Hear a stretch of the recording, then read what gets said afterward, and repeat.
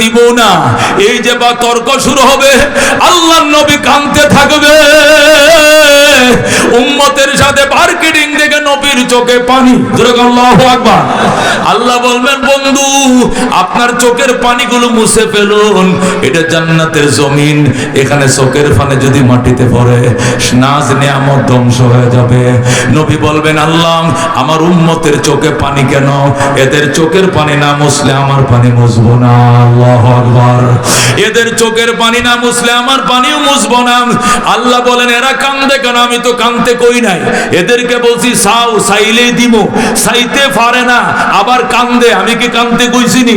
নবী বলেন, আমাকে অনুমতি দেন, আমি এদেরকে শিখায় দেই এরা আপনার দরবারে কি চাইবে। আল্লাহু আকবার। আমাকে অনুমতি দেন, আমি উম্মতদেরকে শিখায় দেই আপনার দরবারে কি চাইবে। আল্লাহ বলবেন, না আপনাকে আগেই বলছি কথা বলা নিষেধ, একজনকে অনুমতি দিলে 7 জন অনুমতি চাইব, কথা কোন ঠিক কিনা? সুতরাং নবী কয়, ঠিক আছে তাহলে জাতির পিতারে অনুমতি দেন। হযরত ইব্রাহিমকে অনুমতি দেন, সে তার জাতিরে শিখায় দিবে। না, দেওয়া যাবে না। বাবা আদমকে অনুমতি দেন, তার সন্তানদেরকে শিখায় দিবে। না, আদমকে অনুমতি দেওয়া যাবে না। কালিমুল্লাহকে অনুমতি দেন, শিখায় দিবে। না, অনুমতি দেওয়া যাবে না। রূহুল্লাহকে বলেন, শিখায় দিবে। না, দেওয়া যাবে না। নবী বলবেন, কাউকে যদি অনুমতি না দেন আমি চোখের পানি মুছবো না,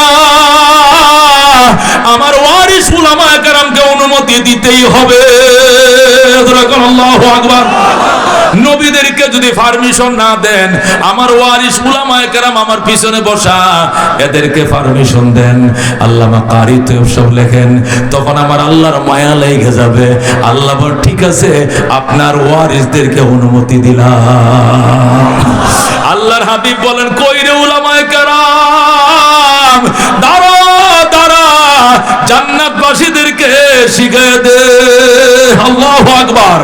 তখন হাজার হাজার উলামায়ে কেরাম দাঁড়াবে, দাঁড়ায় বলবে, ওরে জান্নাতবাসী, তোরা বুঝি আসল জিনিসটা ভুলে গেলে, ইম্পর্টেন্ট জিনিসটাই বুঝি তোরা ভুলে গেলে।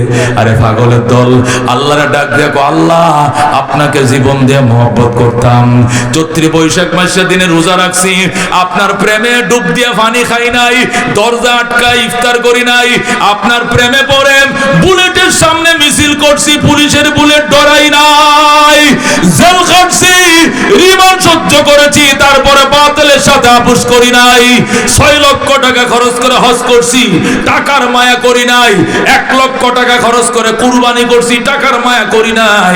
যার মায়ায় পড়ে জীবনে এত কিছু করলাম, এই মাসুককে দুনিয়ার জমিনে দেখতে পারি নাই।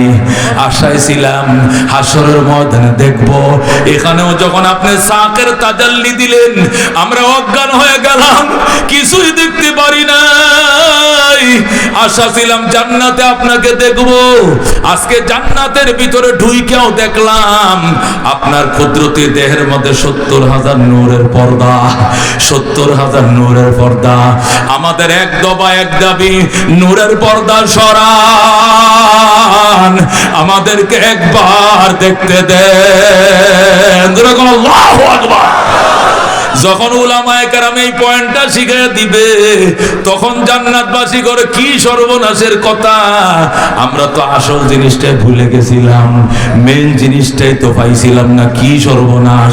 উলামায়ে কেরাম দুনিয়াতে কত উপকার করছেন আপনারা।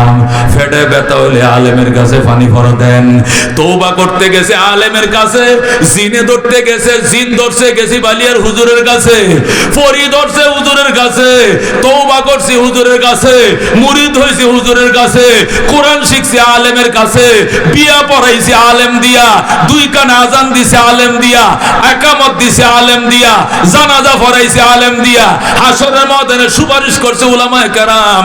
শত বিপদের মধ্যে ছিল উলামায়ে কেরাম।